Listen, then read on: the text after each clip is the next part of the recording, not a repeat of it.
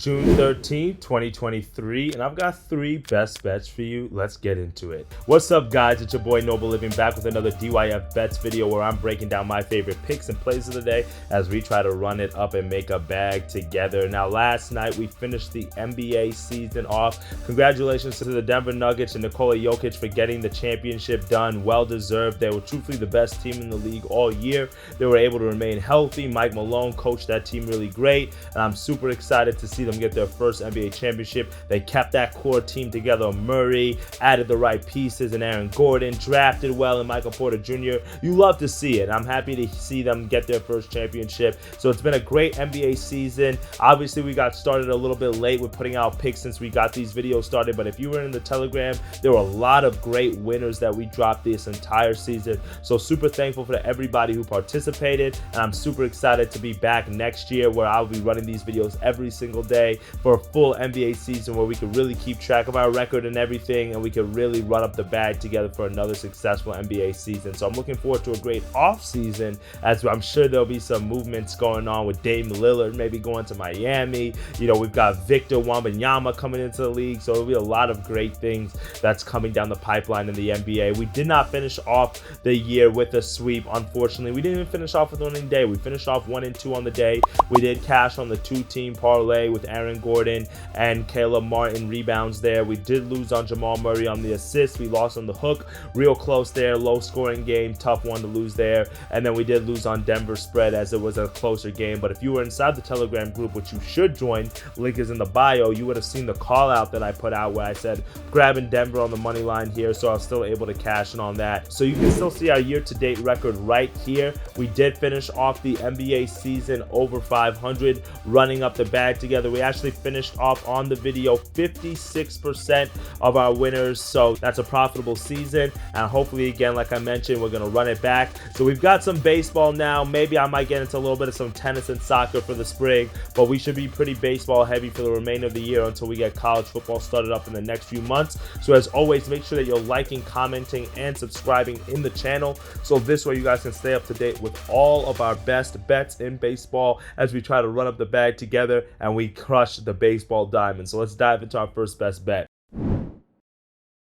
For the first one of the day, I'm going to the Mets and Yankees Subway Series matchup, and I'm going at the first 5 total, and I'm going under 4.5 runs in the first 5. The best odds I've seen is about -134 on FanDuel, and we have a pretty good pitching matchup here. We've got Max Scherzer on the mound against Luis Severino on the mound, and this one is, you know, 2 pitchers who have not pitched the best this year, but really when I look into the numbers deeper, I'm fading both of the offenses as we're both missing our star hitters here, our star players.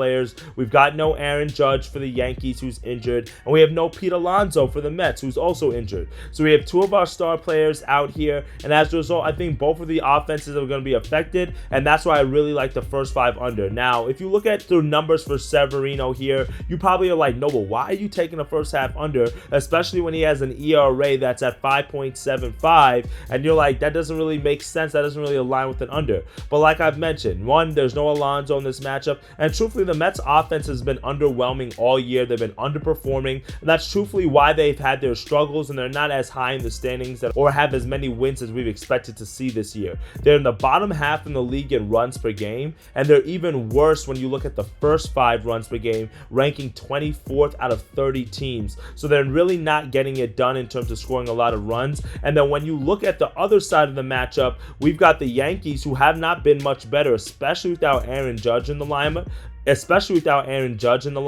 In 7 games without the reigning AL MVP, the Yankees have only scored just 21 runs total. So that means that's averaging 3 runs for the entire game over those 7 games. That's not going to get it done. And when you look at it as well, you know, Max Scherzer, he's definitely had his road woes this year. The age is starting to creep up to the 38-year-old pitcher. But when you look at his numbers and you dive into them a little bit deeper, he's been dominant at Citi Field this year. He's 2-0. He's got a a .50 ERA at home. He's only given up 1 earned run in 18 innings of work at home. So those are really strong numbers against a Yankees offense that does not have a whole lot of firepower right now. And because of that, I like both of these teams to not score a lot of runs in the first hot 5.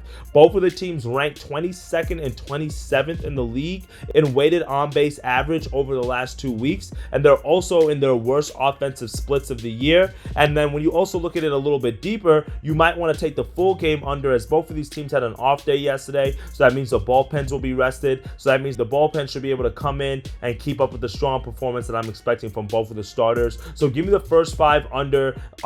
So give me the first 5 under 4.5 runs as my first best bet of the day.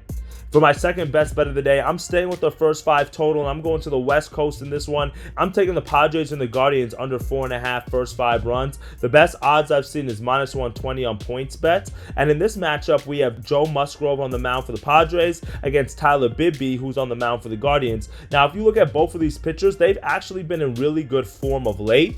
Bibby is coming off of a strong outing against the Red Sox where he went 5 innings. He gave up 4 hits and only 1 earned run. While Musgrove on the side for the Padres, he's only given up 1 run in each of his last 3 starts. So with both pitchers in really strong form, it's kind of hard not to take the first 5 under. And then when you take a look at the numbers deeper, both of these offenses have struggled all year. I mean, especially this Padres offense. I mean, we expected to see Tatis, Machado, Soto. They have all these offensive weapons, but they're really struggling to score. Cleveland is 27th out of 30th in runs per game, while San Diego is 22 out of 30 in runs per game. And San Diego, they're a little bit better in the first 5, averaging about 2.5 runs in the first 5. That puts them about 16th in the league. Cleveland is dead last in first 5 runs per game, averaging less than 2 runs. So both of these teams, you know, they've been cash cows when it came down to under. So if you want to look at the full game under, you've got that as well. Padres are 21, 42, and 2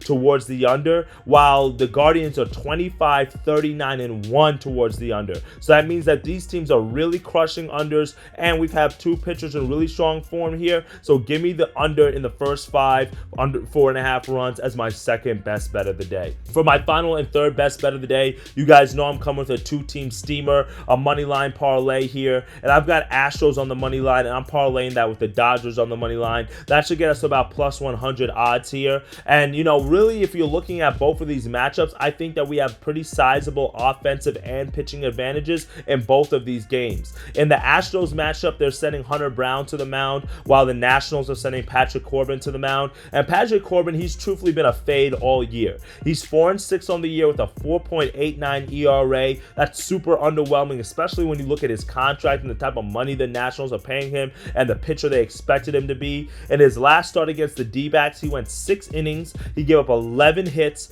3 earned runs, and only 4 strikeouts, in which was a 6-2 loss in that matchup. Trust me, if you give up 11 hits to this Astros team, that is a recipe for disaster. They're going to take advantage of that, especially when you got dudes like Altuve, you've got Pena, right? You've got Tucker. You've got guys who can hit the ball. That is not a good sign for somebody like Patrick Corbin, who's been struggling, and the Astros have been hitting left-handed pitchers well, and he's been struggling on the road as well. Corbin has, as he has an ERA over 5 on the road. So I really expect the Astros to be able to exploit that. Now, Hunter Brown on the other side for the Astros, he has not been as strong as we expected him to see. He's not been in the best of form of late. He's been giving up a lot of runs, and especially at home, he has an ERA over 4 at Minute Maid Park. But I expect the Astros bats to be able to back him up regardless, right? Because like I mentioned, Patrick Corbin's going to give up a few runs. And despite Brown giving up 3 runs in his last matchup against the Jays and 5 in the last game before that, before the Twins, he's still been managing to strike out batters. He has 79 strikeouts over 68 innings,